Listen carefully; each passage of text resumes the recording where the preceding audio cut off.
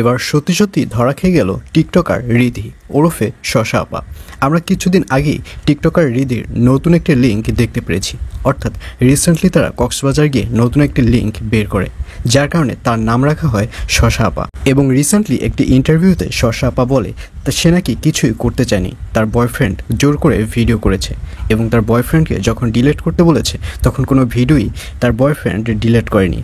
এই সাবজেক্ট শেষে এবার নতুন আরও একটি সাবজেক্ট এসে গেল শশা আপার।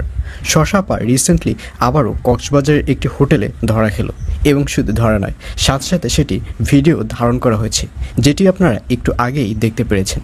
আসলে শশা আপা তার বয়ফ্রেন্ডকে নিয়ে যখন হোটেলে ঢুকে তখনই পাবলিকরা সেটি দেখে ফেলে এবং শশা আপার যে বয়ফ্রেন্ড রয়েছে অর্থাৎ রিধির বয়ফ্রেন্ড তাকে উত্তম মাধ্যম দেয় এবং রিধির বয়ফ্রেন্ড এক পর্যায়ে তাদের কাছে ক্ষমা চায় এবং রিধির বয়ফ্রেন্ড ক্ষমা চাইলেও রিধির বয়ফ্রেন্ডকে কিন্তু ভিডিওতে আনা হয় এবং পরবর্তীতে যখন রিধিকে দেখানো হয় তখন এটা দেখার জন্য কেউ প্রস্তুত ছিল না, কারণ কেউই বুঝতে পারেনি যে এই রিধির বয়ফ্রেন্ডের সাথে রিধিকে আমরা এভাবে দেখতে পারবো এবং এক পর্যায়ে তাদের দুজনকে ধরে ওখানের যে স্থানীয় লোকজন রয়েছে তারা বিয়ে দিয়ে দেয়।